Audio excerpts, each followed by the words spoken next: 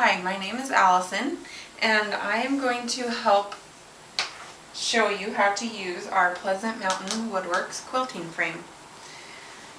To put your quilt on the frame, you're going to start with your second rail, which is the middle rail. The rails come with this canvas attached, and you're going to take your batting and your backing and cut those to the size to fit the top of your quilt. You're going to pin batting and backing to the canvas along the rail about right on the edge or an inch back. Use safety pins or straight pins about every inch or two along the canvas to pin your batting and backing. Once you have that pinned onto your quilt straight, start rolling the rail. And it's nice to have a couple hands to get everything even, and as you're rolling, make sure that you keep everything straight and smooth and that no creases or buckles happen. And then continue rolling. And as you can see, the cog is what keeps the tension. So make sure the cog is facing the right direction. The teeth of the cog are going to be facing forward to the first rail. And the pawl is going to click into the teeth to create the tension. And if I try to pull the rail forward, it's not going to budge, but I can roll it backward to get it tight. So after I've rolled the batting and backing all the way completely onto the middle rail, I'm going to put the top of the quilt onto the third and back rail. And the quilt that I'm showing with right now, I've already halfway quilted, so that's why I'm not rolling it all the way up. But if you're putting a quilt on for the first time, make sure you roll both batting and backing and top of your quilt all the way up. So that we're going to do the same thing with the top of the quilt.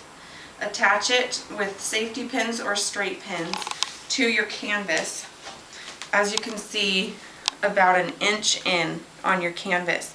So you're not going to need to unroll the whole canvas on your aluminum rail, just enough to pin about an inch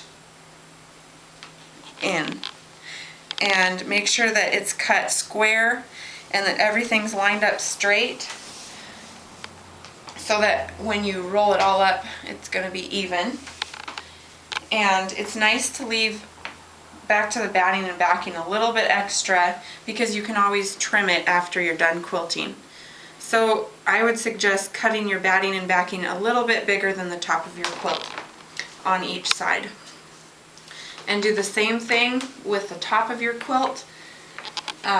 Roll it up carefully, feel along the rails to make sure that everything's straight and there's no buckling.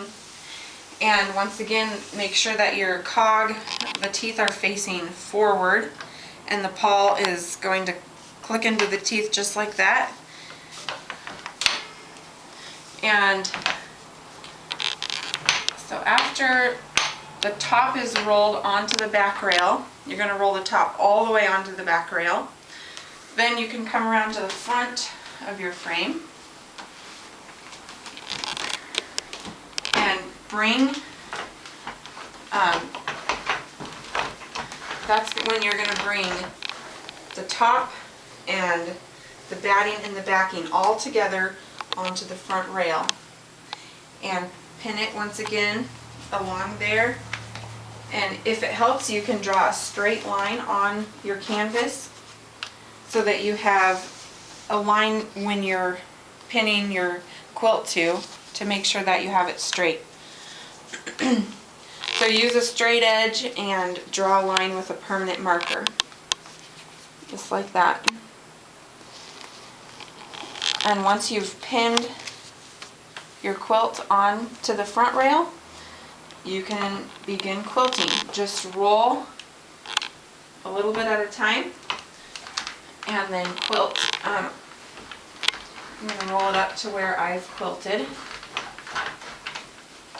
And in the front, the teeth of the cog need to be facing to the back, and then the pawl and the teeth that way so that the rail is not going to budge. And you can roll it to your desired tightness and then begin quilting. And when you're quilting along and you get to the edge here and it's a little bit loose, you can just bring this canvas out and pin it with a few safety pins to the edge of your quilt. And once that's pinned on, you use this dowel right here and just roll it till you have the desired tightness on the edge of your quilt.